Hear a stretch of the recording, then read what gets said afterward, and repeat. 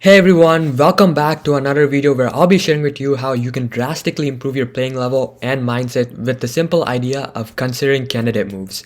Now, if you've been stuck around 1500 to 1900 rating level or even below perhaps, and you want to look for ways to improve, first would be to obviously improve your tactics. And if you don't know how to do so, watch my video earlier on how I describe how you can use Puzzle Storm to do so.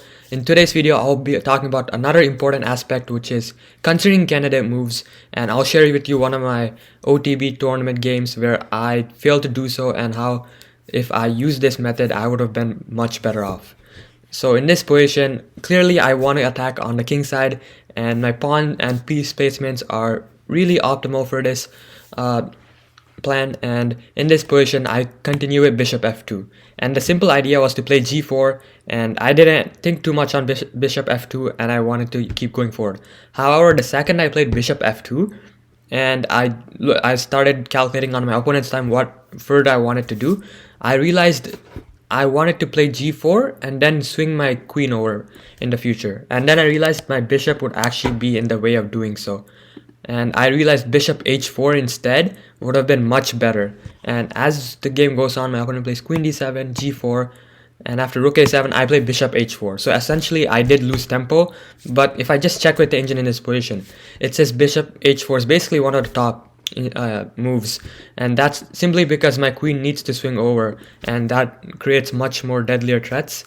And if I just simply go back and I considered candidate moves in this option, meaning looking for, so if you see, if once I saw bishop f2, I shouldn't have played it immediately. Considering candidate moves means looking at a couple of different options, even if you think you found the best move. So in this position, I saw bishop f2, but I should have stopped and be like, okay, what else are considerable moves in this position? Because bishop f2 is not like, it's not like the only move in this position you can play. If I turn on engine, there's like probably 10 different moves, and I still maintain equal advantage for most of them. So candidate moves is this concept where you consider a couple of different options and you evaluate the positions that arise from these different positions, and then you choose the one that seems most optimal, the one that matches your playing style the most. Now, if you're struggling to evaluate positions, I'll make a video on that in the future, so keep an eye out for that.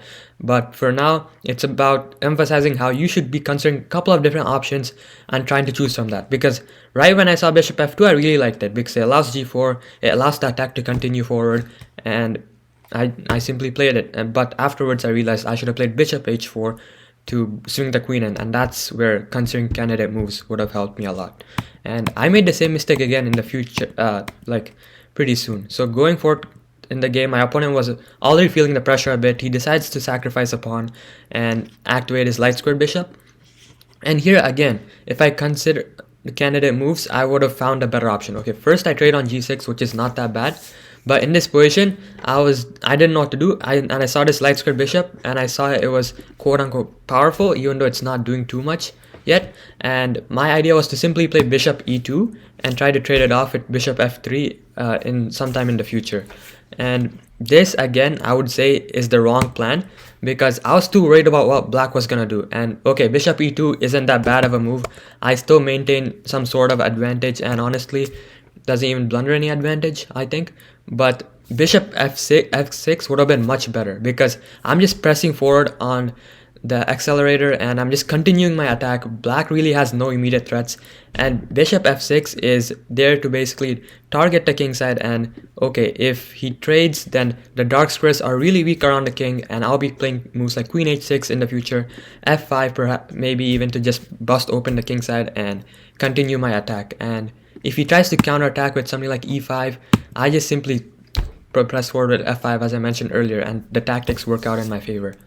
So going back forward again, and also if he doesn't take, I'll play moves like g5 and then slowly start to bring in my queen and my rook and so on. And black's light square bishop does look pretty nicely placed on this diagonal, but it honestly doesn't do much.